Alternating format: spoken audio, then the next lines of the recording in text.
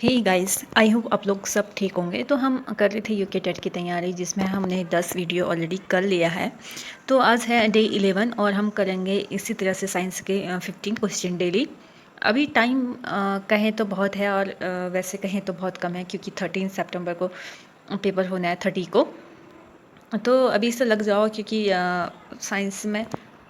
Science में थोड़ा easy भी कहें और थोड़ा टफ क्वेश्चन भी आते हैं, मतलब कि बेसिक लेवल का आता है। अगर आपका बेसिक कंसेप्ट क्लियर है तो आप कर लेंगे इजीली। तो आज का सेशन बढ़ाते हैं इसी तरह से आगे, चलो।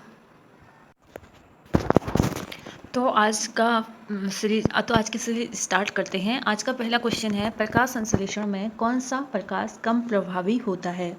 हरा, लाल, नीला या सूर्य का प्रकाश?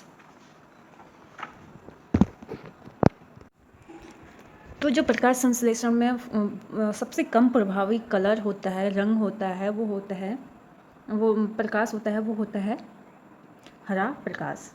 हरा प्रकाश फोटोसिंथेसिस में सबसे कम इफेक्टिव होता है।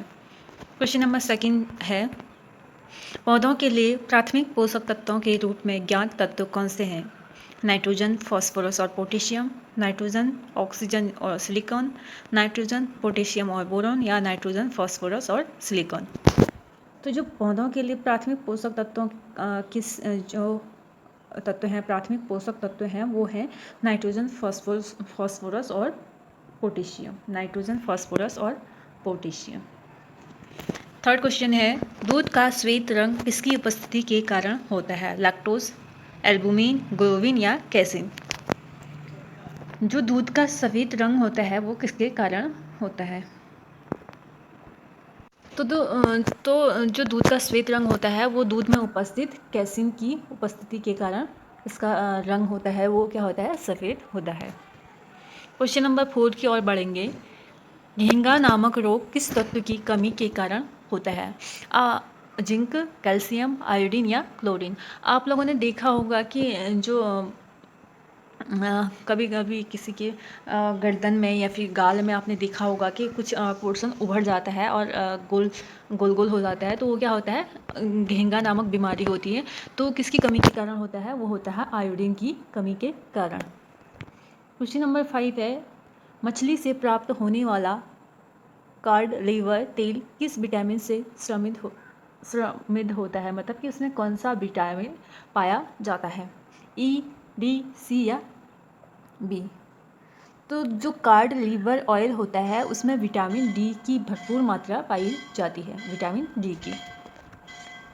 क्वेश्चन नंबर 6 है, निम्नलिखित में से किसका निर्माण हमारे शरीर में नहीं होता है? तो ऐसा कौन सा विटामिन है जिसका निर्माण हमारे शरीर में नहीं हो पाता है? Vitamin E, vitamin B, vitamin C या विटामिन डी?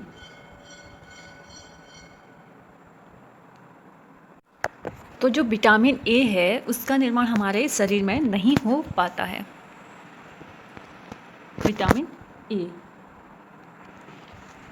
क्वेश्चन नंबर 7 की ओर बढ़ेंगे। कौन सी गैस प्रकाश संश्लेषण के लिए आवश्यक है? CO2, O2, N2 और O2।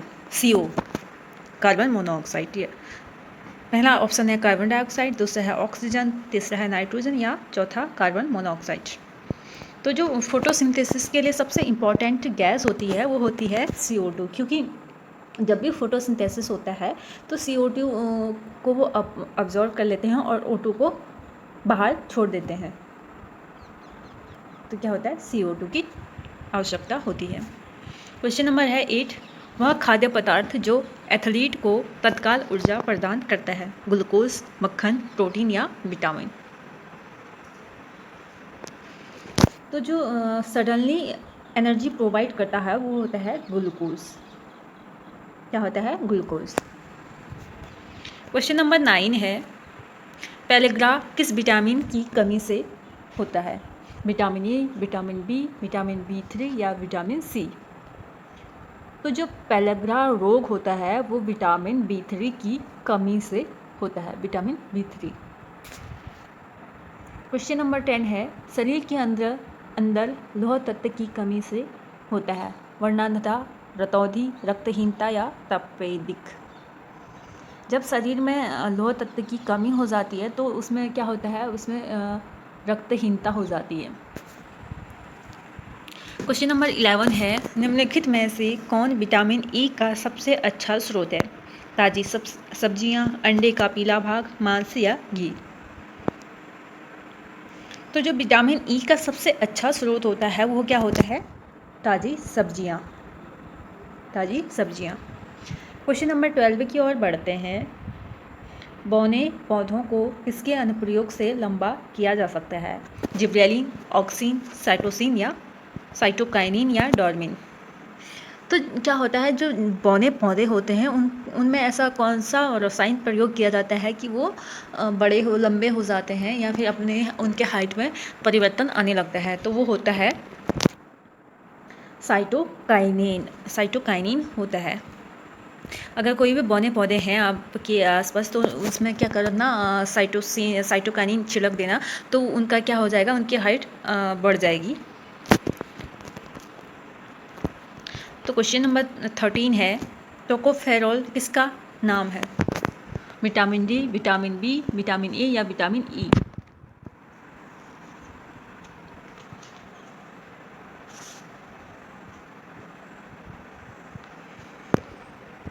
तो जो टोकोफेरोल होता है वो होता है विटामिन ई का रासायनिक नाम होता है, विटामिन ई का।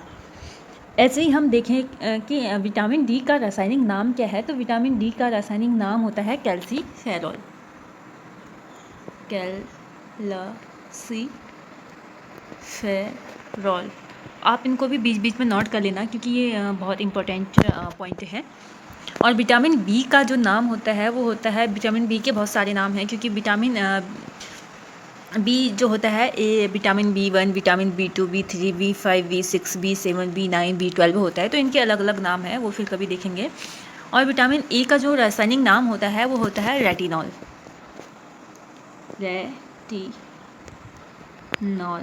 रेटिनॉल। और विटामिन ई का नाम तो देख लिया हमने, टोकोफेरोल।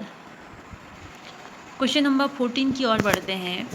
नियासिन किसका नाम है? नियासिन किसका नाम है? Vitamin B, vitamin A, vitamin B5 या विटामिन सी? तो नियासिन जो नाम होता है वो होता है